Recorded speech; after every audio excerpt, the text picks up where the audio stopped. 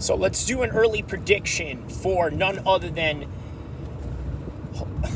Aljamain Sterling taking on Sean O'Malley. One of the greatest 135 fights ever.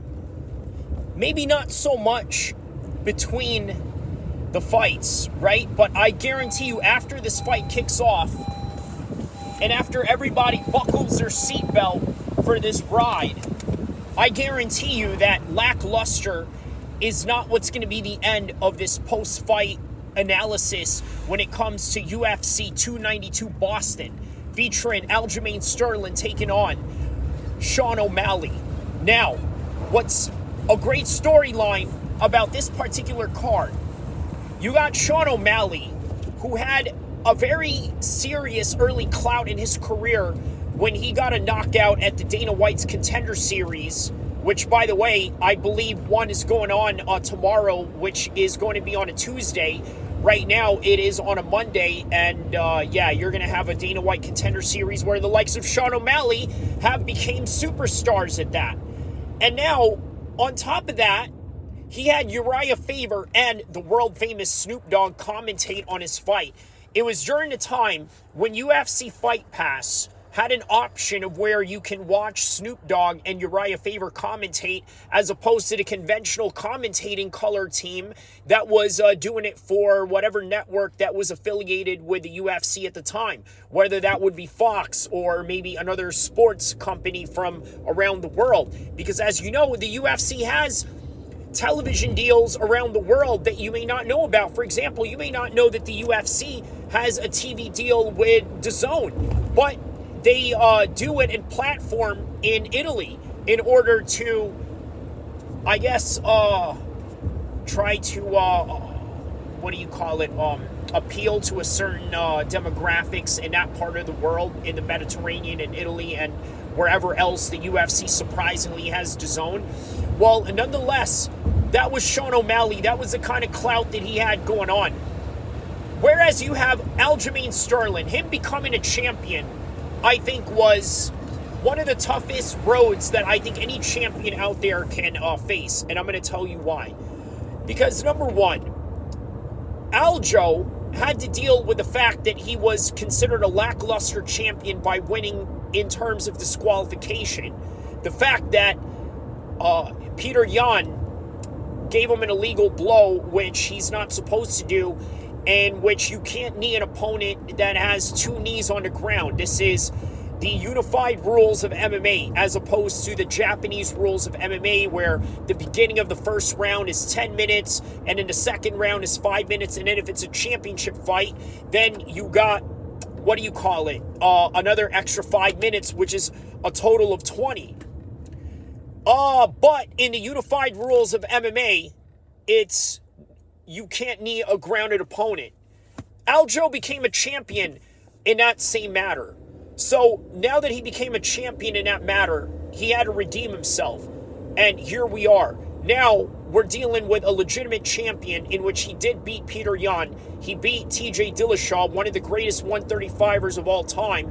And now he beat Henry Cejudo, a double champion. On top of that, an Olympic champion, none other than Triple C Henry Cejudo. Those are the many names that you have in the likes of Aljo's resume. With Sean O'Malley, he had that one loss against Chito Vera, and a lot of people argue that had he not had that leg injury, he would have been able to perhaps beat him in the minds of many Sean O'Malley supporters. But nonetheless, here he is. Sean O'Malley is right here as the number one contender in Boston. How do I see this fight? Let's talk punches and kicks now. Now that the sun is going down and it's getting darker, let's talk punches and kicks. The way that I see this is it's all predicated on Sean O'Malley's takedown defense. For example, if he doesn't, I'm talking about Aljo, if he doesn't take Sean O'Malley down, it's going to be problems for him on the feet. And why? I'm going to give you several factors why. The technical reasons and also the lifestyle reasons that I think is going to be really detrimental to the preparation of Sean O'Malley and the things that he's doing right. For one, he's a very technical striker, very elusive, has some of the greatest footwork in that particular division, and is very tall and rangy for that weight class.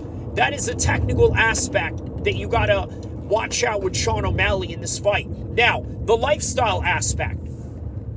Sean O'Malley has a sleeping pattern in which he tries to understand when he should sleep and when he should wake up, and the circadian rhythm that he revolves around his training.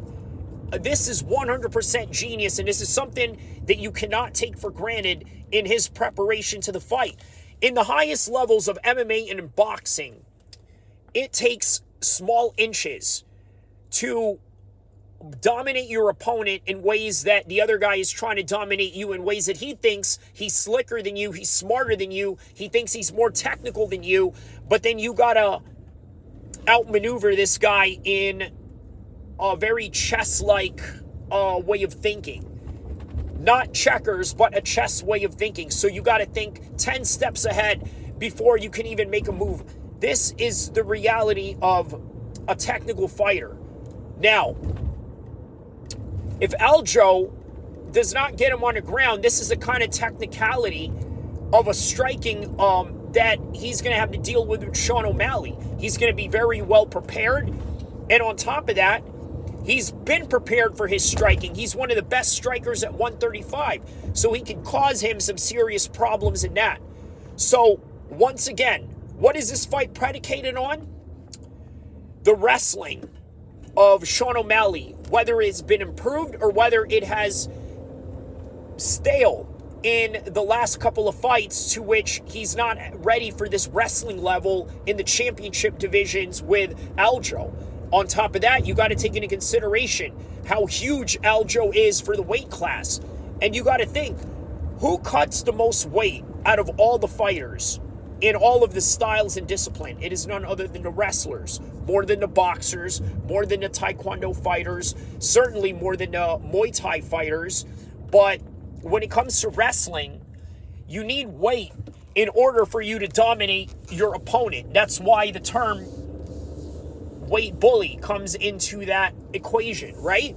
So weight bully is what you need when you want to out-grapple someone. When you have a certain positioning and a certain level of advantage, and you have a certain level of leverage over your opponent in a grappling exchanges, whether that would be from the clinches all the way down to the single leg attempt, and then from the single leg attempt all the way into the cage position in which you're grinding them and grappling hand positions, doing the Muay Thai plum, as they say, when you're swimming up and down. And then on top of that, you're going and switching levels up and down.